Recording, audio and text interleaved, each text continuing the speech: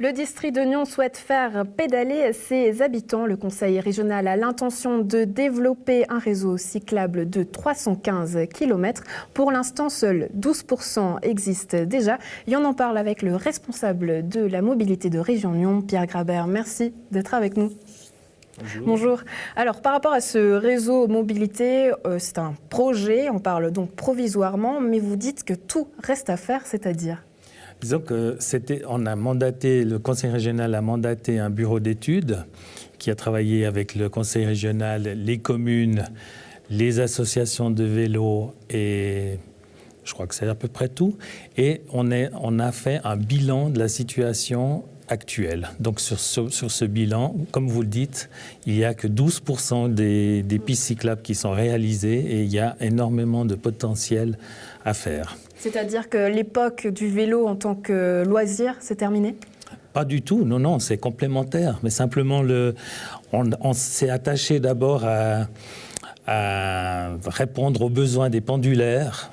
Et forcément, le week-end, le loisir est toujours d'actualité. Donc du coup, comment est-ce qu'on va concilier les deux, faire du loisir, du vélo pendant le loisir et puis pouvoir utiliser le vélo pour aller au travail tous les jours ?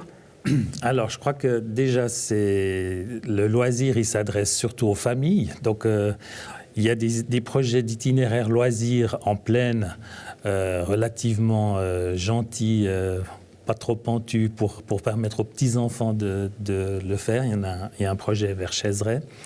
Et forcément, sur les hauts du Jura, à Saint-Cergue, il y a plein d'itinéraires de loisirs VTT, où là, c'est déjà plus pour les sportifs, parce que ça monte et ça descend.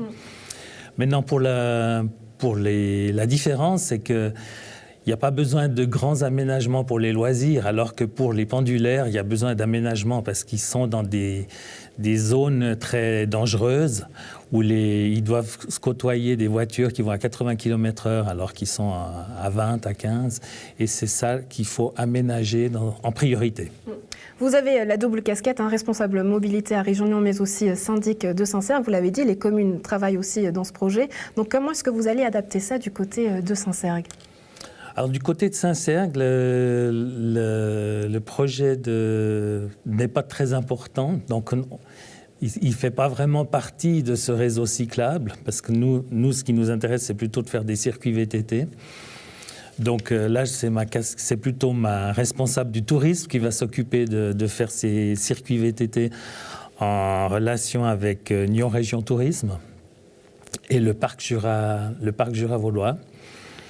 Et par contre, en tant que responsable de la mobilité au conseil régional, nous, on s'occupe de ce qui se passe en plaine et surtout des principaux circuits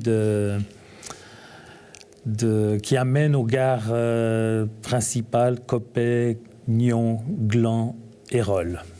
Et puis j'aimerais que vous gardiez cette casquette de syndic pour parler de votre région, Saint-Cergue. La neige est au rendez-vous, elle fait la joie des petits comme des grands, plusieurs activités également. Puis en parlant de ces activités, le 14 février, jour de la Saint-Valentin, vous aviez une qui a rencontré un franc succès, c'était le Kiss and Ski. Franc succès, qu'est-ce qui s'est passé ? Alors donc ce Kiss and Ski a été organisé par le conseil régional, c'était le off des assises énergétiques qui ont eu lieu à Genève au mois de février. Donc il y avait une trentaine d'activités off et nous étions la dernière sur la liste à Saint-Cergue. Et nous avons eu une chance incroyable avec un temps magnifique, une participation très importante. Il y avait environ 110 personnes qui ont acheté un forfait et qui sont descendues les pistes de Saint-Cergue avec un flambeau. Et tout ça en relation avec le parc Jura Vaudois qui, lui, avait organisé une raclette et un orchestre. Et ce fut un véritable succès. On voit d'ailleurs des très belles images des pistes de Saint-Cergue. Et puis chez vous, c'est le bonheur quelque part, parce qu'on voit à Saint-Georges, d'ailleurs, vous avez fait un partenariat, un flyers commun. À Saint-Georges, ils sont fermés. Chez vous, c'est ouvert. Donc ça marche plutôt pas mal cette saison.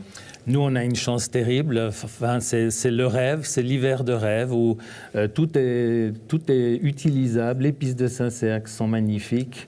Les pistes de ski de fond à la Givrine sont magnifiques et les pistes de la Dole aussi. Donc on ne peut pas rêver mieux. Et puis vous me disiez, quand on s'était rencontrés justement pour parler de ce Flyers commun, que votre clientèle à vous, c'était plutôt la clientèle genevoise. Est-ce que du coup, vous avez réussi à attirer plus de monde des Nyonnais chez vous dans les pistes de Saint-Cergue cet hiver, cette saison ? Alors, oui, vraisemblablement, on a fait une petite étude, enfin le Télédôle a fait une petite étude sur les pistes de Saint-Cergue. Donc, je vous rappelle que Télédôle de Saint-Cergue est géré toujours par Télédôle et pas par la Sogestar. Et ils ont fait une petite étude à mi-saison et qui a montré que les pistes étaient principalement utilisées par des gens de la région. Et puis beaucoup d'activités de nuit qui ont aussi beaucoup de succès. Alors voilà, notre fameux forfait ski fondu a toujours autant de succès et attire toujours les gens de la région qui viennent skier et manger une fondue après. Oui. Vous me parlez de cette convention que vous avez signée avec justement Télédôle pour 4 ans. Vous m'aviez dit d'ailleurs que vous bénéficiez de leurs infrastructures, que c'était un réel apprentissage cette année. Qu'est-ce que vous en tirez ?